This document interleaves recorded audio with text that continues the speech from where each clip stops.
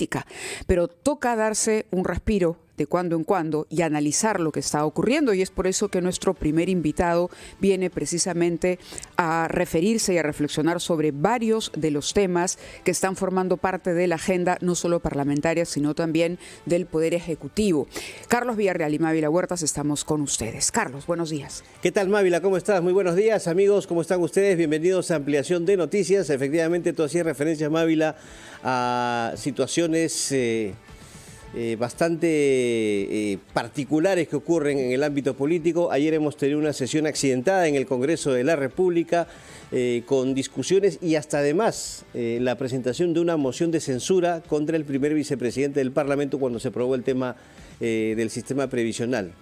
Así que veremos cómo avanza esta moción, aunque francamente no creo que prospere porque esto es cuestión de votos nada más. Cuestión de votos, así como las interpelaciones a los 3 ministros, que de pronto sorprende, ¿no? De un día para otro, cuando se habla de esta alianza entre el Legislativo y el Ejecutivo, en el Congreso se aprueban 3 interpelaciones al hilo. Claro, bueno, yo creo que lo de transporte se veía venir por lo que había pasado en el aeropuerto. Energía y minas ya se sabía también, pero el de economía sí, fue algo inesperado. Vamos a ver que responden también, ¿no? Porque en el caso del ministro de Transportes hay 2 interpelaciones, ¿no? Bueno, obviamente ahí se van a juntar todo. Vamos a ver qué sucede en el Congreso, pero ya está con nosotros a esta hora de la mañana aquí en la cabina de RPP el doctor Pedro Cateriano Bellido, expresidente del Consejo de Ministros, exministro de Defensa también y jefe del plan del gobierno del Partido Libertad Popular. Muy buenos días, doctor Cateriano. Buenos días, Mávila. Buenos días, señor. ¿Qué tal, doctor? ¿Cómo está? Bueno, primero queríamos referirnos a un tema que directamente lo toca, que es el archivamiento de esta investigación por la compra del satélite Perusat. Ha sido un proceso largo, finalmente, varias indagaciones, incluso parlamentarias y fiscales, pero el punto es que finalmente se archivó. ¿Ya esto es un archivamiento definitivo? ¿No hay más instancia? Bueno, espero, porque la Fiscalía lo que ha señalado es que no corresponde una revisión. En mi caso ya ha sido archivado. El proceso de compra, Mávila, se inició en el 2012. Yo durante estos 12 años he concurrido a todas las citaciones parlamentarias, a las 4 indagaciones fiscales, a las comisiones, a la comisión investigadora también del Parlamento, y no se ha encontrado nada ilícito. Y además, en estos 12 años, nadie se ha acogido a la colaboración eficaz para decir le di dinero o contribuciones ilícitas a Cateriano. Nadie se ha acogido a la colaboración eficaz y ha dicho aquí está la cuenta bancaria en donde yo sacaba el dinero y le entregaba a Cateriano. Tampoco nadie en estos 12 años ha dicho yo le llevé $3 millones en un maletín a su casa al señor Cateriano. Nada de eso. Ni los proveedores, ni los que participaron en el proceso, ni oficiales de la Fuerza Aérea, ni ejecutivos, ni del entorno que trabajó conmigo. Acá lo que ha habido son acusaciones políticas, no de adversarios, sino de enemigos, en base a falsedades y sin pruebas. A mí no me han acusado, repito, empresas, proveedores, no, a mí me han acusado la señora Luciana León, el señor Becerril, el señor Mulder, ¿no? Con el apoyo de sus jefes, naturalmente, ¿no? ¿Y en base a qué? A dichos. Y hoy hay que ver qué reclaman el señor Mulder y Becerril. Bueno, Becerril se ha librado de una acusación constitucional porque goza de un blindaje en el Parlamento. Y el señor Mulder ahora alega el derecho al antejuicio cuando a mí me lo negó. Yo también como ministro tenía el derecho al antejuicio. Como no encontraron absolutamente nada en la indagación de otro caso que fue el del audio de luz verde, me acusaron de defraudación tributaria. ¿Usted cree que ha habido una persecución en su contra? Yo no he alegado persecución política, a diferencia de ellos que no dan la cara ante la justicia. Yo no me he corrido de la justicia. Yo no tengo el poder que tienen ellos, no tengo bancada parlamentaria, no tengo medios de comunicación a mi servicio. Yo me he defendido como cualquier ciudadano. Y aprovecho esta oportunidad para agradecerle a mi abogada, la doctora Valeria Morón, que ha tenido que soportar durante estos años también mi ¿Venganza o represalia, cree usted? Yo lo que creo es que esto es consecuencia de haber sido un férreo opositor de los gobiernos de García y de la dictadura de Fujimori y Montesinos, específicamente en los casos de la lucha contra la corrupción. Esa ha sido la respuesta. Pero a diferencia de ellos, yo no me he corrido, porque tampoco tengo ni he tenido el poder suficiente para bloquear la acción de la justicia, para amenazar. Y aquí estoy, y seguiré dando la batalla. Y creo que esa es una de las propuestas de Libertad Popular.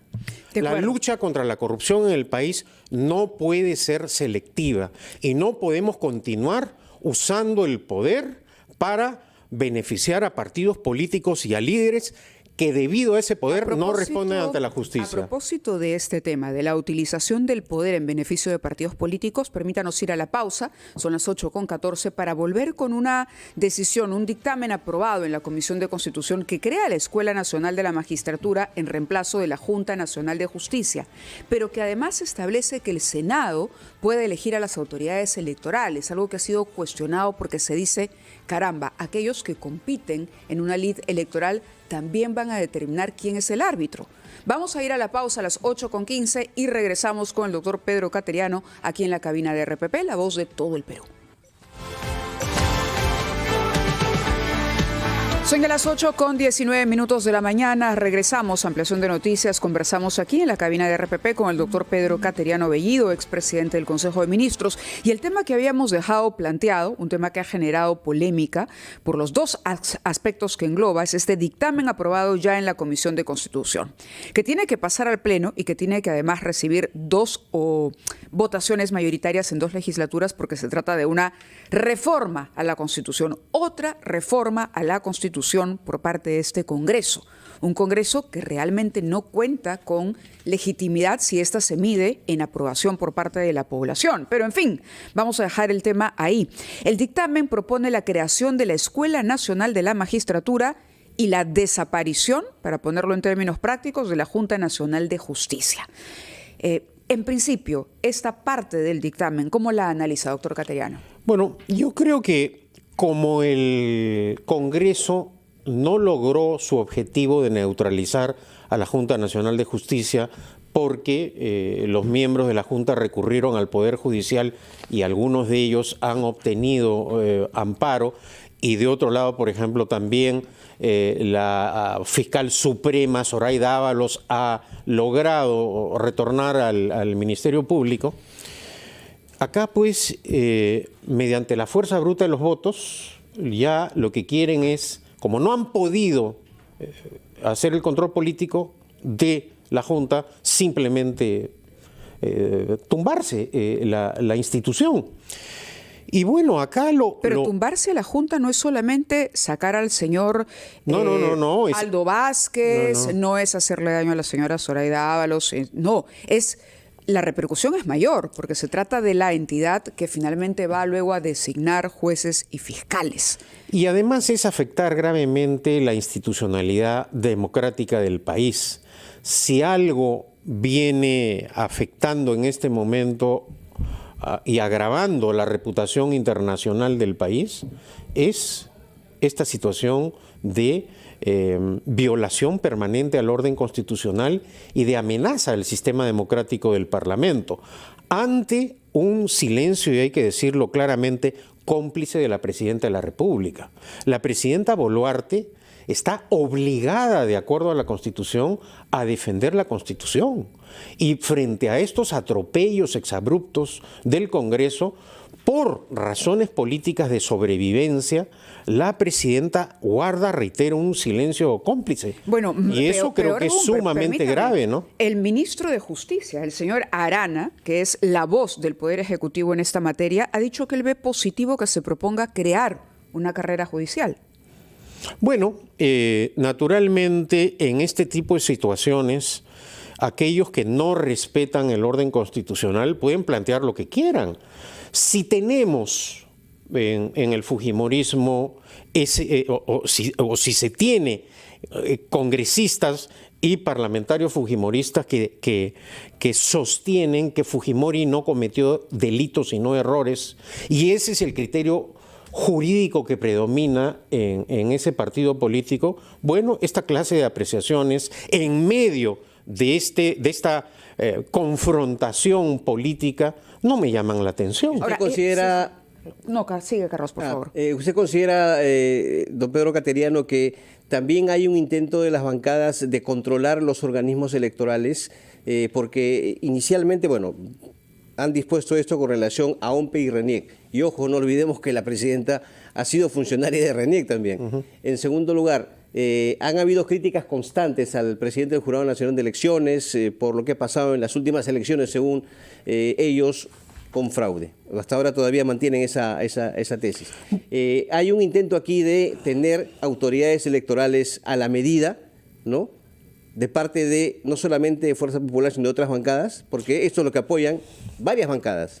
Exactamente, y además es claro que desde que se conocieron los resultados electorales, el fujimorismo y la derecha que acompañó a esta agrupación no querían reconocer la victoria de Pedro Castillo, esa es la pura verdad. Y han tenido la oportunidad y todo el poder. Crearon una comisión investigadora y no pudieron probar el fraude que ellos decían que existió. Y han continuado con esto y la señal que dan es efectivamente la que usted deduce muy claramente, que hay una tentación totalitaria en un sector del Congreso para controlar, capturar. ¿Estamos ante una dictadura congresal, cree usted? Estamos ante un Congreso que permanentemente amenaza la democracia y el orden constitucional. ¿La amenaza solamente?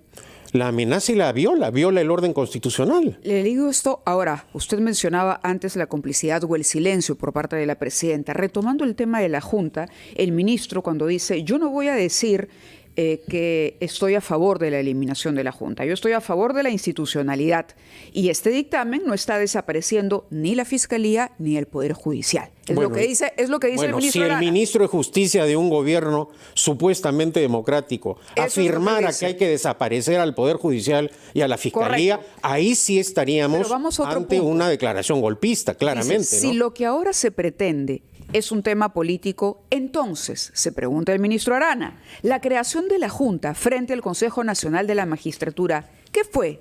Entonces también fue una respuesta política. ¿Cómo lo ve para quienes consideran que así como en su momento la Junta habría sido una respuesta política a la crisis tras la revelación de los cuellos blancos de Puerto y todo lo que ocurrió con el Consejo Nacional de la Magistratura, que hoy es nuevamente una respuesta política, es decir, estamos de respuesta política en respuesta política jugando con esta institución? A ver, pero son contextos notoriamente diferentes. Ajá. En el otro caso, además, habían pruebas claras de corrupción. Acá acusan a los miembros de la Junta Nacional de Justicia de ser caviares, de no ser independientes, pero no ha habido ningún caso de corrupción ni de violación ni de actos ilícitos como sí se cometieron. Y de otro lado, la gente olvida que la Junta Nacional de Justicia fue, nos guste o no, aprobada mediante un referéndum con una votación mayoritaria de la ciudadanía. Y fue una de las pocas ocasiones en donde se le ha consultado al pueblo. Eso no se dice, que esta propuesta tiene un aval ciudadano que ahora los mismos que no estuvieron de acuerdo con los resultados de ese referéndum no tienen en cuenta el voto popular. Entonces, ¿de qué parlamento estamos hablando cuando no respetan el voto ciudadano? El voto es la piedra angular en cualquier sistema democrático. Don Pedro Cateriano, ¿qué opina sobre lo que se ha aprobado también el día de ayer con respecto a la prescripción de delitos ocurridos antes del 2003? ¿No? Esto abarca obviamente violaciones de derechos humanos cometidos, excesos por policías y militares. Recordemos casos como lo de Acomarca, Cayara, Barrios Altos, la Cantuta, en fin. ¿Esto qué genera para usted? ¿Se está buscando impunidad? ¿Se está buscando favorecer a alguien en especial? ¿Es una ley con nombre propio? A ver, ¿qué cosa quiere decir o qué está interpretando el Congreso? Que antes del 2002 los delincuentes y asesinos de Sendero Luminoso y el MRTA no cometieron delitos de lesa humanidad. Porque antes no estaba en vigencia el Estatuto de Roma, ese es el argumento. Sí, pero entonces la ley es una norma de carácter general. Ese criterio también lo han considerado para los terroristas y delincuentes y asesinos de Sendero Luminoso y el MRTA. Esa es la pregunta, y esto genera esta repulsa y rechazo. Ahora, las Fuerzas Armadas, y yo he sido ministro de Defensa, conozco el tema, han luchado contra la subversión, pero también han habido casos en los cuales oficiales y miembros de las Fuerzas Armadas no han cumplido con su deber. A mí me gustaría tocar 3 temas ilustrativos. La matanza en los penales ocurrida en el primer gobierno de Alan García. En el 86. Y hago referencia a esto porque usted ayer entrevistó al congresista Cuesto y mencionó cómo es posible que duren tanto estos juicios. Bueno, ¿qué ocurrió ahí? Hubo motines en los penales y se logró develar. ¿Y luego qué ocurrió cuando terminó? Tirados en el suelo, los terroristas fueron ejecutados extrajudicialmente con balazos en la nuca y luego enterrados clandestinamente. ¿Eso es luchar contra el terrorismo? Usted ha mencionado el caso de la Cantuta. Un grupo encabezado dentro de las Fuerzas Armadas actúa, secuestra a estudiantes de la Cantuta y a un profesor, los asesina, los corta en pedazos, los mete en cajas de cartón y los entierra clandestinamente. ¿Eso es enfrentar al terrorismo dentro del marco de la Constitución y la ley? No. Ahora, hay casos en los cuales las Fuerzas Armadas han cumplido con su papel. Por ejemplo, el rescate de los rehenes en la Embajada del Japón, que estuvieron, y aprovecho la oportunidad, en estado de indefensión casi absoluta durante toda la dictadura de Fujimori y Montesinos y durante todo el segundo gobierno de Alan García. Y conozco el caso porque yo asumí su defensa inicialmente ante la Corte Interamericana de Derechos Humanos. Ese sí fue un caso en donde el uso de la fuerza fue para rescatar y hacer prevalecer el orden jurídico, pero los otros casos no. Ayer el congresista Cueto dijo que se estaba preparando, había un borrador de una nueva ley de amnistía. Sí, bueno, y entonces lo que debemos preguntarnos es, ¿este Congreso nuevamente quiere desconocer los compromisos internacionales del país? Los tratados internacionales y los pactos, de acuerdo a la Constitución, forman parte integrante de nuestro orden jurídico. Y ya la Corte Interamericana de Derechos Humanos, cuando se aprobó la ley de amnistía el año 95, desconoció precisamente los efectos jurídicos de esa amnistía. Es decir, queremos ir nuevamente a una confrontación internacional. ¿Se busca la impunidad? Bueno, da la impresión que acá hay una búsqueda de la impunidad con intereses políticos. No hay otra explicación. Porque si hay casos de excesos o temas humanitarios, lo que se ha debido hacer es establecer una comisión de indultos y de revisar caso por caso aquellas situaciones de militares o miembros de las Fuerzas Armadas que se encuentran mal de salud o no fueron, pero que ya han sido sentenciados. Creo que esa ha debido ser la salida, pero no el anunciar también, aparte de esta ley, una ley de amnistía para nuevamente poner en duda y afectar la reputación internacional del país. Esa es una de las razones por las cuales, por ejemplo, no hay seguridad jurídica para la inversión en el país. De acuerdo. El Congreso y el Gobierno, con esta clase de actitudes, lo que están demostrando ante el mundo es que somos un país que no respeta la Constitución, la ley y los tratados internacionales. Doctor Cateriano, gracias por estar con nosotros esta mañana aquí en la cabina de RPP. Son las 8:32, momento de hacer una pausa para los titulares de la media hora y regresamos en Ampliación de Noticias.